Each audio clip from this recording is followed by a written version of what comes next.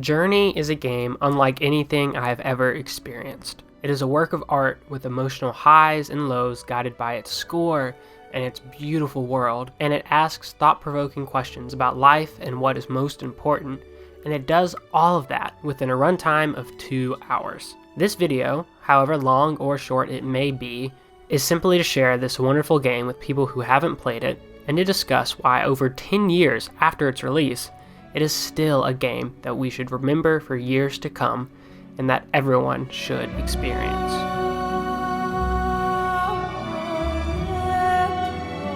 So I've been meaning to play this game for years now, but for one reason or the other, I just never did.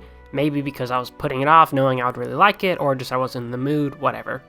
Until recently, one Saturday night, I decided to finally sit down with a cup of coffee and play the game in one sitting, which wasn't hard because it was only 2 hours. And I was simply not prepared for what a roller coaster of an experience this game would be. And I say roller coaster in the best sense of the word, because this game begins and ends, and everything in the middle, with you not necessarily knowing what's happening, but going along for the ride anyways. It is a game where you are a simple traveler on a journey, hence the name of the game. Listen, there's going to be a lot of journey and traveling puns and things in this video, just be prepared. You begin in this endless desert sands where you're passing through all these graves and covered up buildings from an ancient civilization that you don't know if you're a part of or whatever, but you're making this journey to this mountain in the distance that has a massive beam of light, and it's in the distance almost the entirety of the game, and so you know that that is your destination.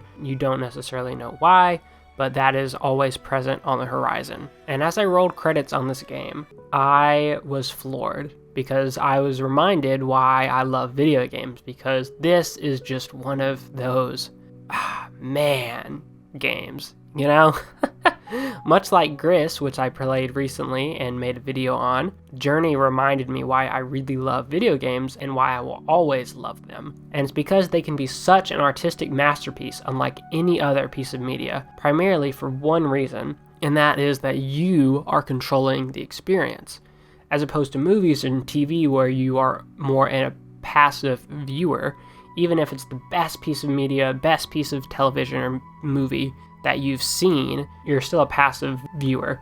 Something that's a bit in between these two is live theater, where you are obviously not on stage, but you're in the room as the performers. You're not watching a screen, so there's a bit of that energy and that emotional kind of feeling of you are in the story, even if you're still a viewer. And with games, especially with the best games, you are not only a viewer, but you are actively moving the story along with the controller. And the reason why Journey in particular is such a great example of this is because it's an incredible fusion of art and music that works together to represent the journeys we all take in life, through their highs and their lows, and their beginnings and their ends. I've pretty much explained the game as it is in its entirety. You go on a journey, and that's it. That's the game. But what I haven't mentioned is how you are not alone on this journey. As the game progresses, other travelers can come along your path. They might not stay with you for very long. They might be with you for a long stretch of the journey. But either way, they are there with you. And not only are they with you, they can actually help you along. And the genius of the way this is designed in this game is something I'm going to get to in a minute. But just this idea of meeting fellow travelers along the way, even if only for moments, was such an incredible design choice and added to that feeling of a journey. And of course, initially I was like, oh, this is so cool. They program like an NPC character to kind of join you on your adventures at different points. But it wasn't until I rolled credits at the end of the game and another player name pops up, and I realized that this was not just an NPC. This was another real person playing the game at the same time as me and experiencing the same things that I was simultaneously. Even if we weren't in the same instances the whole time, we were at the most important points in the journey, and it absolutely blew my mind that it was another person, and it just kind of made the whole experience come together really, really well. And this was made even more impactful just because of how I was able to interact with this traveler throughout the game. Here in Journey, it's designed in such a really well done and smart way, as opposed to a lot of times in co-op games, these interactions with other players can cause you to loathe them or ignore them entirely, and this certainly can even lead you to dropping a game.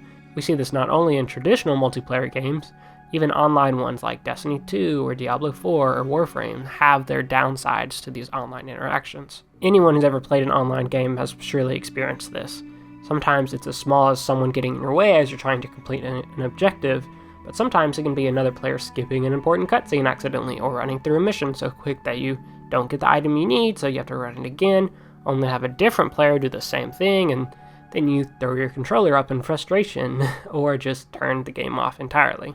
But like I said here in Journey, player interaction is meticulously crafted in order to create only positive experiences. When asked about this aspect of the multiplayer part of Journey, the game's president and creative director Genova Chen said this: "The goal for Journey was to innovate how it feels between people on the internet. Can we invent the right environment, the right feedback to bring out something that we're more proud of, and to have an online game where people feel friendly and compassionate toward each other? We want to see two people going through their journey together, like when in real life we meet someone special, travel with them, and eventually we might depart from each other." The key way this is implemented in Journey is through this little chirp mechanic. Each interaction where a player appears along the points, you can vocalize whatever you want through these little chirp, this little musical button, just by pressing B, and it makes a little sound. There's no voice chat, there's no text chat, there's no other interaction with this person except for that. And this is just such a clever way to have players interact, because you don't have to interact with this other traveler, like I didn't at first, honestly. But if you do, you quickly discover that you can actually help each other out. You can actually charge your scarf, which increases your jump ability by being close to another player, which kind of naturally encourages you to travel together. And this sound that you play actually evolves over the course of the journey, and was done so intentionally as to go from a more musical sounding ping with just strings to one that sounds more and more human, adding in more true vocals towards the very end of the game, emphasizing the idea of connection and that you are two people on this journey.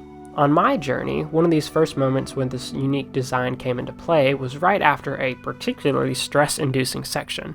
I was catching my breath, glad to have made it out, only to look up and see the other traveler had made it out too. Even though no words were shared, and no words could be shared, I could sense this sigh of relief pass between us, as even though we couldn't speak, our shared knowledge that this other person had just undergone the same thing as I had was infinitely more powerful than any words. But no other moment in the game illustrates this message and mechanics so expertly than in the final stretch of your journey, while you find yourself trudging up the mountain that has been your waypoint all game, except it is covered in an ever-increasing blizzard, and the only way through is to push forward.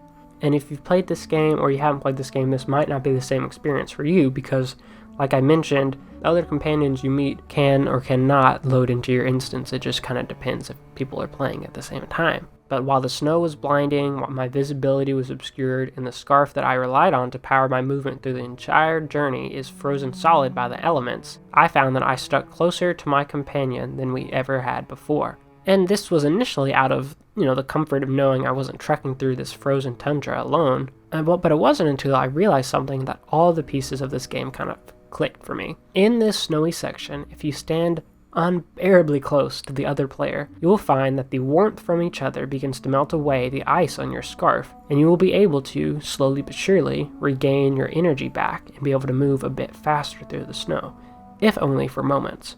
Because as soon as you step away from each other, the cold creeps back in without hesitation. It was here that I really understood what this game was trying to say, even if I couldn't fully process it at the time. Trudging through the snow-covered landscape with a person that I didn't know their name and I would never meet, and I didn't even know was a real person for most of the journey, was truly one of the best experiences I've ever had in a game. And all of the game's design, all of the choices, all the simplicity of it, with the score and the art just holding this moment, brought it all together in a wonderful finale that I don't entirely want to spoil here, because I want to save some of these moments for people who haven't played the game. But the ending of this game is incredible, and it solidified for me this idea that it was just a journey, And it wasn't about getting to the mountain. It wasn't about getting to the next destination.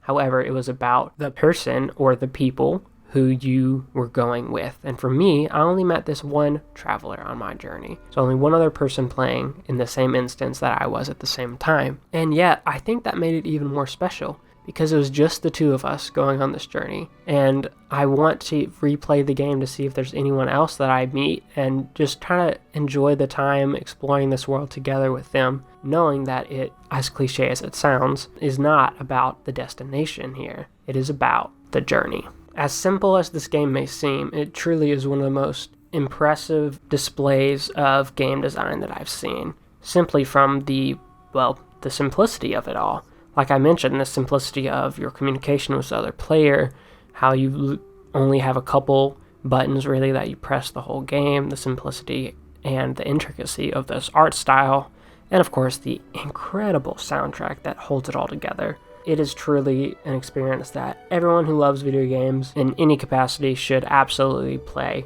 and try for themselves. And for me, this is definitely going on one of my top games of all time, because Journey is an example of everything I love about video games. So if you have not played this game, please give Journey a shot, and if you have, tell me a little bit about your own journeys, both in-game and maybe in your own life with either video games or things that you enjoy and experience. And maybe tell me a little bit about why you personally love video games. Now, I did make a whole nother video about that, so if you want to check that out, feel free to. I'll leave that below.